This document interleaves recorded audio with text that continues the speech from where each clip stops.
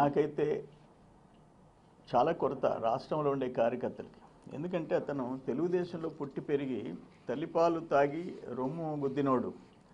అతను వాడిన భాషకి ఫ్యాక్షన్ ఏరియాలో అయితే ఇప్పటికి అతను ప్రాణాలతో ఉండేవాడు కాదు. ఫ్యాక్షన్ ఏరియాలో అయితే ఇక్కడ కాబట్టి నువ్వు బతికి బయటపడ్డాడు.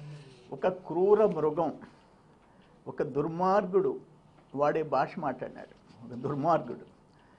ఎందుకు ఈ జిల్లాల్లో వాళ్ళు ఎందుకు సహించారు అది మేము జీర్ణించుకోలేకపోయినాం. ఈరోజు అరెస్ట్ చేస్తే కూడా అక్కడ నాటకాలు ఆడాడు. అక్కడ డ్రెస్ చేసుకొని వస్తానని చెప్పి అందరికీ రచ్చికొట్టి ఫోన్లు చేసి ఆపేదానికి ప్రయత్నం చేశాడు. నేనేమంటానంటే, నువ్వు గన్నవరం పార్టీ కార్యాలయం మీద చేసిన దాడి ఎప్పుడన్నా చూసామా? కార్లు తగలబెట్టించావు, మొత్తం ఫర్నిచర్ ధ్వంసం చేశావు, మనుషుల్ని చంపపోయినావు.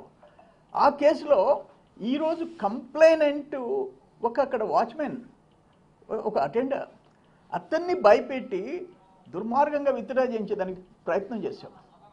ఈరోజు ఏమైంది? నీ బతుకు బయటపడింది, బట్టబయలైంది.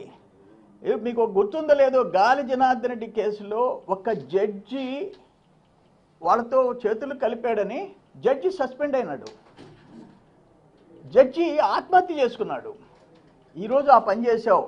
ఒక పేదవాడిని భయపెట్టి, ప్రాణాలు తీస్తానని భయపెట్టి తీసుకుపోయి కేసు విత్డ్రాయల్ అన్నావు.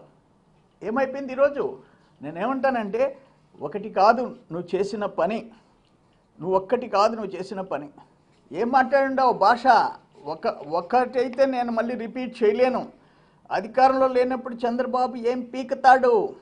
ఉడకబెట్టిన నాగడ దుంప, ఉత్తిగొట్టం ఊరేగి, ఇటువంటి ఎదవ మాటలు. లోకేష్ బాబు గారు ఏం పీకుతాడు? ఏందో గడ్డం మేకకు కూడా ఉంది. ఏం మాట్లాడావు?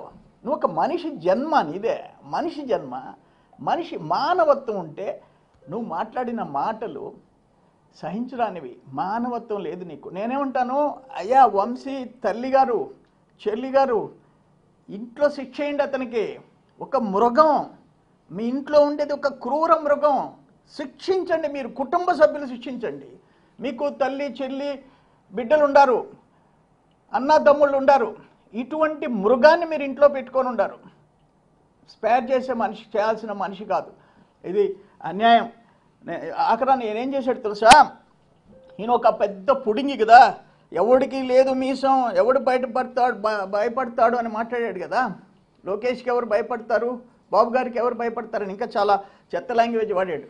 అరే, ఫస్ట్ రౌండ్లో పారిపోయినోడివి, ఫస్ట్ రౌండ్లో ట్రయల్ బిహైండ్ పారిపోయి అమెరికాకు పోయి అక్కడ వీసా తీసుకొని ఇండియాను వదిలేయాలని చెప్పన్న పిరికి బందవి నువ్వు.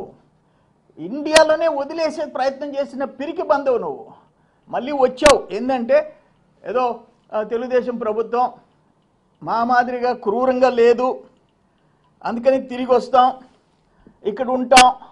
వీసా కోసం ట్రై చేసావు నువ్వు, పారిపోయినావు నువ్వు ఒక మనిషివే? నీకు ఫ్యాట్ ఎక్కువైంది.